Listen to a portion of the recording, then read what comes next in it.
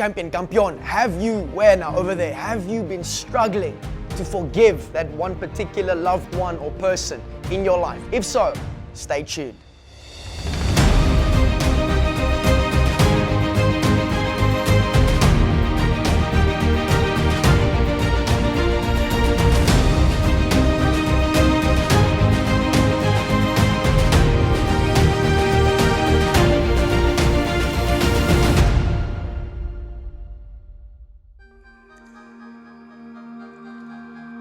Sambanaan Mzansi, Tobala Mzansi, Dumala Mzansi, bon dia, Africa do Sul, goeiedag, good day to all of you talented, gifted, and potential-full. Yes, when over there, you are full of potential. Champion, campeón.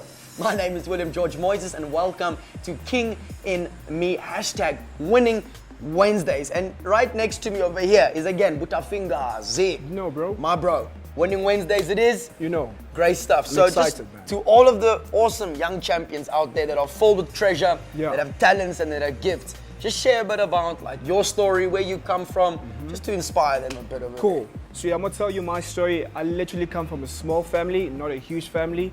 So I grew up mostly, my parents were divorced. So I grew up with my mom on my mom's side. So I grew up with my mom being basically, she wanted to become the head. And obviously, herself, basically. She herself was obviously, you can say she was my dad at the same time, she was my mom at the same time, because you have single parents who want to play both of those roles, right? So I grew up with my mom from primary to high school with my mom like that. And we had my stepdad. So my mom was married, so we had my stepdad as well. So they've been in a relationship for a while, lived with my mom and my stepdad as well. Also my grandfather as well. So my grandfather, he went, I remember my grandfather during December time, my grandfather in 2010, my grandfather went to home, back home. So I also went out to go see my friends, to go visit my friends during December holidays 2010. And what happens that during 2010, I lost my mom during 2010. So let me tell you a story of how I literally lost my mom. So my stepdad was not working, and my mom was basically the sole provider of both hands.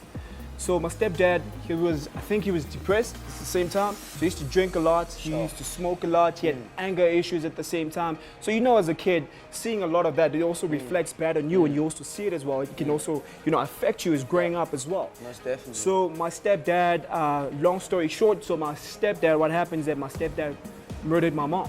Yo.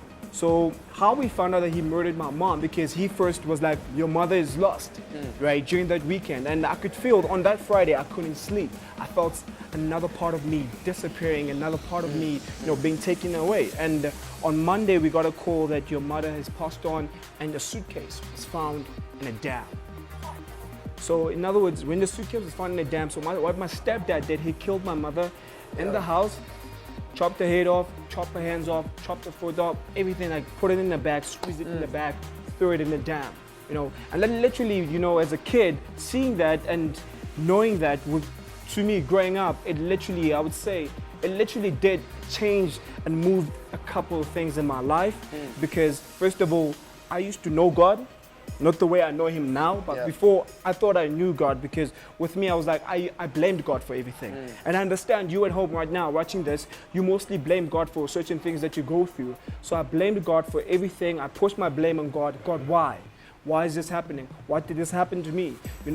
I went for counseling, it didn't help. And the problem is that I shaded God away every time. And I remember one of my friends was like, you need to go back to God. Only God can heal the broken pain that you have. Because if you don't heal the broken pain that you have, you are going to hurt others as well. And I went to God.